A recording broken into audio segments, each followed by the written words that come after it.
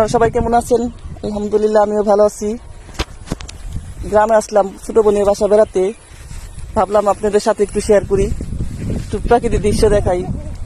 আপনারা তো সবসময় গ্রামে থাকেন, আমরা শহরে থাকি, ওইভাবে দেখা হয় না, তাই আসলাম আপনাদের সাথে একটু কথা বলি, দেখাই কিছু।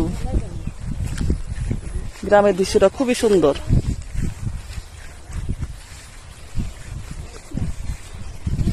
ঠান্ডা ঠান্ডা বাতাস, প্রাকৃতিক দৃশ্য দেখতে ভালোই লাগে। গাছগুলি কত সুন্দর লাগতেছে।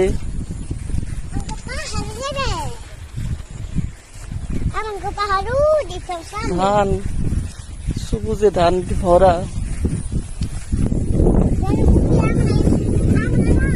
ধানগুলি কত সুন্দর লাগতেছে।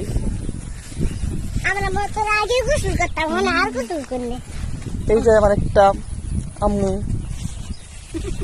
ইচ্ছে মামুনি আমাকে নিয়ে আসছে ঘোরানোর জন্য, ওদের বাসায় আসছি বেড়াতে।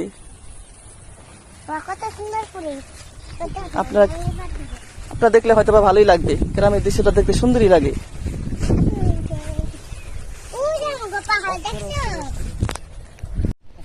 হাঁটতে হাঁটতে আবার একটু পুকুর দেখানোর জন্য আবার আসলাম আপনাদের।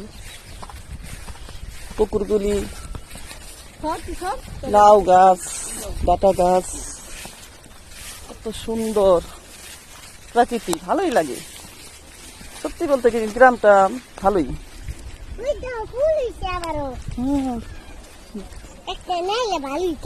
দেখছো কত সুন্দর কচুরি ফুলগুলি, পুকুরটা কি ভালো লাগে। চলো গোসল করতে যাই, গরম লেগে গেছে, গোসল করি চলো। কচুরি ফুলগুলি কত সুন্দর। আসলে এই দৃশ্যগুলো এখনো দেখা যায় না, ওই অতটা খুব কমই দেখা যায়। ফুলবি ফুল, ফুলবি ফুল,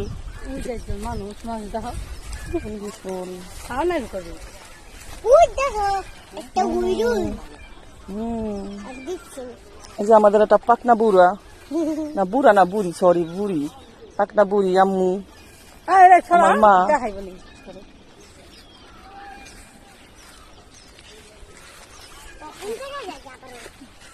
গাছের আমগুলি একটু দেখাই, মানে বুঝবে কিভাবে যে এখানে আম আছে। গাছে কত সুন্দর আম ধরে আছে, তাই না হাবিবা?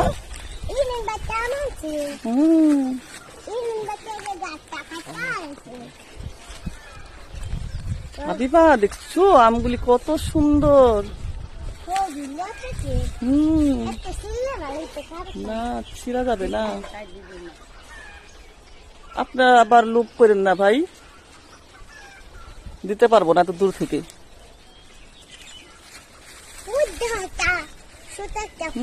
পুকুর যে পাখি গুলি কিভাবে উঠছে, ওইটা কি জানো, কি পাখি জানো? ডাইক পাখি না? দেখো পাখিগুলি, প্রজাপতি গুলি উড়ে, দেখছো?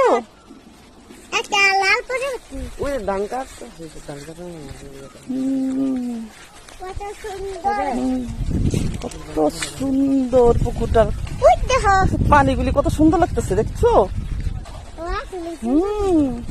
ভালোই লাগে। আসলে গ্রাম আর শহরের মধ্যে এটাই পার্থক্য। মুক্ত হাওয়া, মুক্ত বাতাস, সবকিছুই পাওয়া যায় গ্রামে। আর ঢাকায় শুধু কালো ধোয়া আর কালো ধোয়া।